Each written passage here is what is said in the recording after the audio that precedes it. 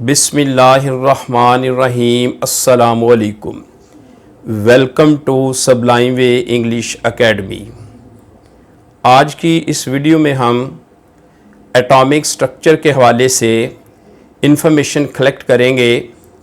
What is an atom, what is molecule, parts of atom, atomic number, mass number or mass number, atomic weight, atom is a neutral particle।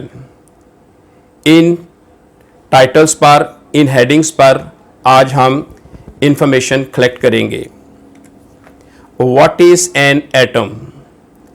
An atom is defined as the structural and functional unit of a matter। The term atom comes from the Greek word which means indivisible, because atoms are the smallest things in the universe and could not be divided। Atom जो है ये matter का एक functional unit है और उसका एक structure बनाता है।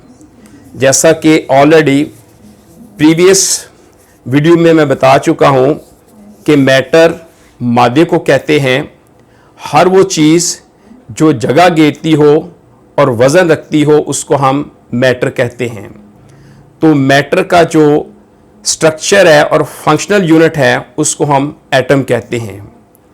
और एटम जो है ये वर्ड ग्रीक वर्ड है और इसका मीनिंग होता है इनडिविजिबल, नाकाबिले तकसीम। इट मीन्स कि एटम एक ऐसा छोटे से छोटा ज़रा है, मादे का एक ऐसा छोटे से छोटा ज़रा है जिसकी मज़ीद तकसीम नामुमकिन है। Because atoms are the smallest things in the universe and could not be divided. यानी ये इतना छोटे से छोटा ज़रा है कि इसकी मज़ीद तकसीम नामुमकिन है। It is called the smallest unit of matter and cannot maintain its existence alone। ये इतना छोटा ज़र्रा है कि ये अपना तन्हा अकेले अपना वजूद बरकरार नहीं रख सकता। It cannot be seen with naked eye। इसको हम खुली आंख से नहीं देख सकते। यानी ये इतना छोटा है कि इसको हम अपनी आंख से देखना चाहें तो इसको देख नहीं सकते, बल्कि इसको देखने के लिए हमें पावरफुल माइक्रोस्कोप की ज़रूरत होती है। तो फर्स्ट ऑफ ऑल एटम के बारे में यही कॉन्सेप्ट था कि ये मादे का ऐसा इतना छोटे से छोटा ज़र्रा है कि इसको मज़ीद तकसीम नहीं किया जा सकता और इसको हम आम आँख से देख नहीं सकते और इसको देखने के लिए पावरफुल माइक्रोस्कोप की ज़रूरत है। माइक्रोस्कोप एक ऐसा इंस्ट्रूमेंट है जो छोटी चीज़ों को बड़ा करके दिखाता है और एटम जो है ये इतना छोटा होता है कि अपना अकेले वजूद भी बरकरार नहीं रख सकता और इसको किसी न किसी दूसरे के साथ मिलकर अपने वजूद को बरकरार रखने की ज़रूरत होती है। What is molecule? When two or more than two atoms combine, molecule forms। जब दो या दो से ज़्यादा एटम्स मिलते हैं तो मॉलिक्यूल बनता है। यानी मॉलिक्यूल क्या है? ये कम्बिनेशन है टू और मोर देन टू एटम्स का। यानी जब दो या दो से ज़ायद एटम्स आपस में मिलते हैं तो मॉलिक्यूल बनता है। जैसा कि H2 हाइड्रोजन के दो एटम मिलते हैं तो हाइड्रोजन का एक मॉलिक्यूल बनता है। इसी तरह O2 ऑक्सीजन के दो एटम मिलते हैं तो उनके मिलने से ऑक्सीजन का एक मॉलिक्यूल बनता है। सिमिलरली वाटर फार्मूला है H2O। यानी जो पानी हम पीते हैं हाइड्रोजन के दो एटम्स और ऑक्सीजन के एक एटम से मिलकर बनता है। जब इसको केमिकल तरीके से मिलाया जाए तो हाइड्रोजन के दो एटम और ऑक्सीजन का एक एटम मिलकर पानी बनता है। तो इस तरह H2O ये पानी का एक मॉलिक्यूल बनता है। पार्टिकल्स ऑफ एन एटम, तो जैसे कि पहले भी बताया है कि जो इब्तदा में ये एटम के बारे में कॉन्सेप्ट था कि ये एक इनडिविजिबल पार्टिकल है, ये एक ऐसा छोटे से छोटा ज़र्रा है जिसकी मज़ीद तकसीम नामुमकिन है। और एटम बजाते खुद एक ग्रीक वर्ड है जिसका मीनिंग क्या है, इनडिविजिबल थिंग, नाकाबिले तकसीम चीज़। लेकिन जब फर्दर इन्वेस्टिगेशंस हुई, रिसर्च हुई, तो पता चला कि एटम को भी मज़ीद पार्टिकल्स में, मज़ीद ज़र्रात में तकसीम किया जा सकता है। और एटम्स के बहुत से जो ज़र्रात हैं वो दरियाफ्त किए गए, जिनमें से ये 3 मोस्ट इम्पोर्टेंट हैं। Electron, it has negative charge, तो एटम के अंदर इलेक्ट्रॉन्स होते हैं और उन पर नेगेटिव चार्ज होता है। प्रोटॉन, प्रोटॉन के ऊपर पॉजिटिव चार्ज होता है। न्यूट्रॉन, न्यूट्रॉन के ऊपर कोई चार्ज नहीं होता। तो इस तरह एटम के बहुत से पार्टिकल्स को मज़ीद उसकी सब डिवीजन हुई तो उसके अंदर बहुत से पार्टिकल, ज़र्रात वो दरियाफ्त किए गए। तो उसमें से जो 3 है ये मोस्ट इंपॉर्टेंट हैं, इलेक्ट्रॉन, प्रोटॉन और न्यूट्रॉन। इलेक्ट्रॉन पर नेगेटिव चार्ज होता है, प्रोटॉन पर पॉजिटिव चार्ज, जबकि न्यूट्रॉन पर कोई चार्ज नहीं होता। तो इस तरह पार्टिकल्स ऑफ एटम यानी एटम के ये 3 बुनियादी ज़रात, इसका जिक्र किया गया है। Parts of an atom, atom के हिस्से। An atom has 2 parts, atom के 2 हिस्से होते हैं। न्यूक्लियस ऑर्बिट्स, न्यूक्लियस जो है ये एटम के मरकजी हिस्से को कहते हैं, इसके सेंट्रल पार्ट को न्यूक्लियस कहते हैं। और इस सेंट्रल पार्ट में, न्यूक्लियस में 2 चीज़ें पाई जाती हैं, प्रोटॉन्स प्लस न्यूट्रॉन्स। यानी इसका जो मरकजी हिस्सा है इसमें प्रोटॉन्स और न्यूट्रॉन्स पाए जाते हैं और इस मरकजी हिस्से को न्यूक्लियस कहते हैं। और एटम का जो दूसरा हिस्सा है वो मुख्तलिफ मदारों पर मुश्तमिल होता है, जिसको इंग्लिश में ऑर्बिट्स कहते हैं। जैसे कि ये, और इस हिस्से में जो इलेक्ट्रॉन्स हैं जिन पर नेगेटिव चार्ज होता है वो पाए जाते हैं। तो एटम के 2 हिस्से होते हैं, एक हिस्से को हम न्यूक्लियस कहते हैं, ये मरकजी हिस्सा होता है, और इस हिस्से में प्रोटॉन्स और न्यूट्रॉन्स ये पाए जाते हैं। जबकि इसका जो दूसरा हिस्सा है ये मुख्तलिफ मदारों पर मुश्तमिल होता है जिन्हें ऑर्बिट्स कहते हैं, और इस हिस्से में इलेक्ट्रॉन्स जो हैं वो इन ऑर्बिट्स में सर्कुलेट करते हैं। Atomic number, the total number of electrons in the orbits is called its atomic number. अब ये जो इलेक्ट्रॉन्स हैं ये न्यूक्लियस के गिर्द मुख्तलिफ ऑर्बिट्स में सर्कुलेट करते हैं, तो इनकी जो टोटल तादाद है किसी भी एटम में, किसी भी एलिमेंट के, किसी भी आंसर के एटम में जो इलेक्ट्रॉन्स की टोटल तादाद है उसको हम कहते हैं एटॉमिक नंबर। और ये इलेक्ट्रॉन्स कहाँ पे सर्कुलेट करते हैं, ये ऑर्बिट्स में सर्कुलेट करते हैं। अब मुख्तलिफ ऑर्बिट्स में ये जो इलेक्ट्रॉन्स की तादाद है वो 2n² के फार्मूले से फाइंड की जाती है, जैसे कि ये बताया गया है, दिखाया गया है शक्ल में। तो इसको कैसे फाइंड करना है, अगर हम मालूम करना चाहते हैं कि जो फर्स्ट ऑर्बिट है उसमें इलेक्ट्रॉन्स की कितनी तादाद होगी, तो फर्स्ट को यानी 1 को हम 1 से मल्टीप्लाई करेंगे, उसका स्क्वायर लेंगे, 1 का स्क्वायर तो 1 आएगा, और इसको फिर 2 से मल्टीप्लाई करेंगे, तो इस तरह 2 1s are 2, तो फर्स्ट ऑर्बिट में 2 इलेक्ट्रॉन्स होंगे।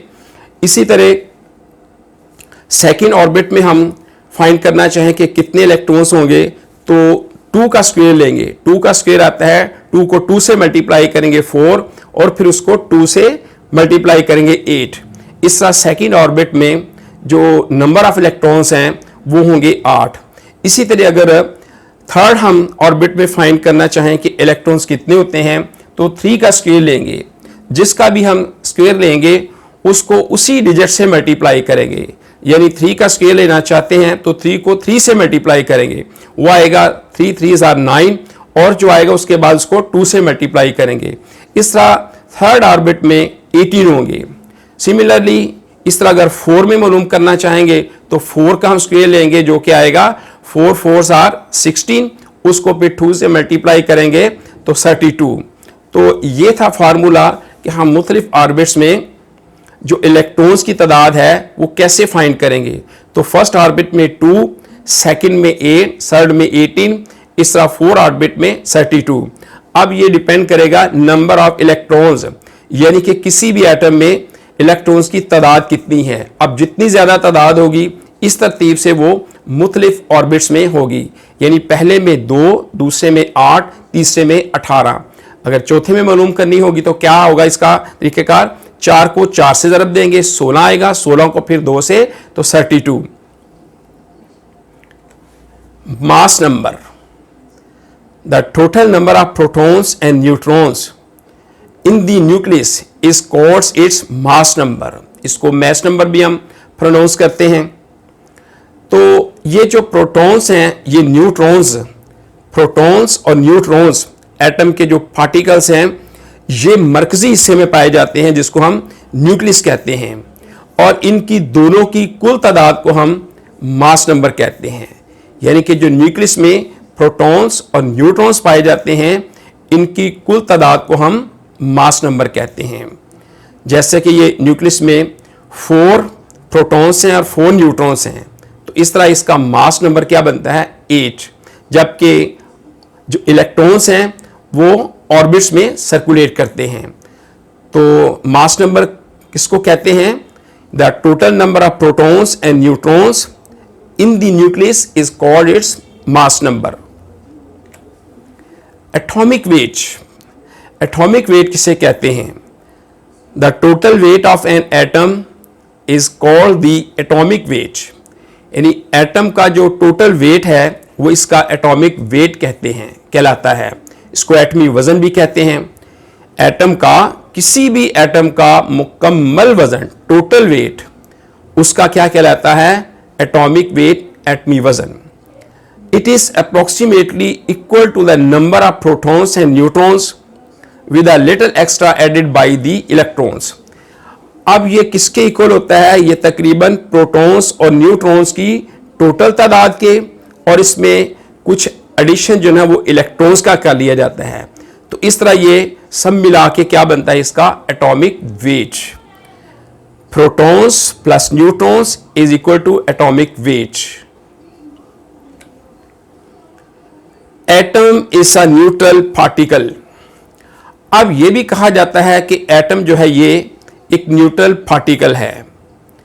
न्यूट्रल का मीनिंग होता है तादीली, पार्टिकल जर्रा, यानी एटम एक तादीली जर्रा है। यानी एटम एक ऐसा पार्टिकल है जिसके ऊपर ना इधर पॉजिटिव ना नेगेटिव, यानी इसके ऊपर ना ही तो मस्बत चार्ज होता है और ना ही मनफी चार्ज होता है। जैसा कि हम पढ़ चुके हैं कि जो प्रोटॉन्स हैं और न्यूट्रॉन्स ये मरकजी हिस्से में पाए जाते हैं, जबकि जो इलेक्ट्रॉन्स हैं ये मुख्तलिफ ऑर्बिट्स में सर्कुलेट करते हैं। तो प्रोटॉन्स पे जो है ये पॉजिटिव चार्ज होता है, इलेक्ट्रॉन्स पे नेगेटिव चार्ज होता है। यानी एटम के ऊपर 2 किस्म के जो पार्टिकल्स हैं, प्रोटॉन्स और इलेक्ट्रॉन्स, एक के ऊपर पॉजिटिव, एक के ऊपर नेगेटिव चार्ज होता है। लेकिन हम ये कहते हैं कि एटम जो है ये एक न्यूट्रल पार्टिकल है, यानी इसके ऊपर किसी किस्म का चार्ज नहीं होता। तो देखें जितने इसमें प्रोटॉन्स हैं पॉजिटिव चार्ज है वो भी 4 हैं और इलेक्ट्रॉन्स ये भी 4 हैं। कीप इन योर माइंड, ये बात जहन नशीन कर ले कि किसी भी आंसर का एटम होगा तो उसमें जो प्रोटॉन्स और इलेक्ट्रॉन्स की तादाद है ये हमेशा इक्वल होगी। यानी जितना पॉजिटिव चार्ज होगा उतना ही नेगेटिव चार्ज होगा। तो दोनों ही एक दूसरे के इक्वल चार्ज होना एक दूसरे के इफेक्ट को वो जायल कर देते हैं, ख़त्म कर देते हैं। तो इस तरह जो ना एटम जो एक न्यूट्रल पार्टिकल बन जाता है, यानी पॉजिटिव चार्ज भी उतना होता है और नेगेटिव चार्ज भी उतना होता है। तो दोनों एक दूसरे के इफेक्ट को जायल कर देते हैं। इस तरह एटम जो है वो एक न्यूट्रल पार्टिकल बन जाता है, यानी इसके ऊपर पॉजिटिव चार्ज भी नहीं है और ना ही नेगेटिव चार्ज है। तो प्रोटॉन्स और इलेक्ट्रॉन्स यानी मस्बत चार्ज और मनफी चार्ज ये किसी भी एटम में हमेशा इक्वल होता है, यानी इनकी तादाद इक्वल होती है। मोस्टली एटम्स में प्रोटॉन्स जो मरकजी हिस्से में पाए जाते हैं न्यूक्लियस में, प्रोटॉन्स और न्यूट्रॉन्स, उनकी तादाद भी बराबर होती है और न्यूट्रॉन की तादाद मुख्तलिफ भी हो सकती है। यानी प्रोटॉन से न्यूट्रॉन की तादाद मुख्तलिफ भी हो सकती है, लेकिन प्रोटॉन्स और इलेक्ट्रॉन्स यानी मस्बत और मनफी, इनके ऊपर मस्बत या मनफी चार्ज होता है, इनकी तादाद हमेशा किसी भी आंसर के एलिमेंट में इक्वल होगी। तो इस तरह एटम जो है वो एक न्यूट्रल पार्टिकल, एक तब्दीली ज़र्रा बन जाता है। उम्मीद करता हूँ कि एटॉमिक स्ट्रक्चर के हवाले से ये वीडियो आपको अच्छी तरह समझ में आ चुकी होगी। Welcome to further suggestions. अगर किसी किस्म का कोई मसला हो, यानी आपको समझने में डिफ़िकल्टी हो, तो आप कमेंट्स में आप लिख सकते हैं, इंशाल्लाह उसको भी सॉल्व किया जाएगा। आखिर पर हज़रत अली रज़ी अल्लाह ताला अन्हु के हवाले से आपने फरमाया, एक ज़माना ऐसा भी आएगा, एक ज़माना ऐसा भी आएगा कि लोग अपने रब को भूल जाएंगे, लिबास बहुत कीमती पहनकर बाजार में अकड़ अकड़ कर चलेंगे और इस बात से बेखबर होंगे कि इस बाजार में उनका कफन भी मौजूद है। दूसरे लफ्ज़ों में आप ये कह लें कि वो अकड़ अकड़ कर चलेंगे और इस बात से वो बेखबर होंगे कि इस बाजार में उनके कफन का कपड़ा भी बिकने के लिए आ चुका है। वीडियो अच्छी लगे लाइक और शेयर करें and keep in your mind to subscribe the channel. अस्सलामु अलैकुम, अल्लाह हाफिज़।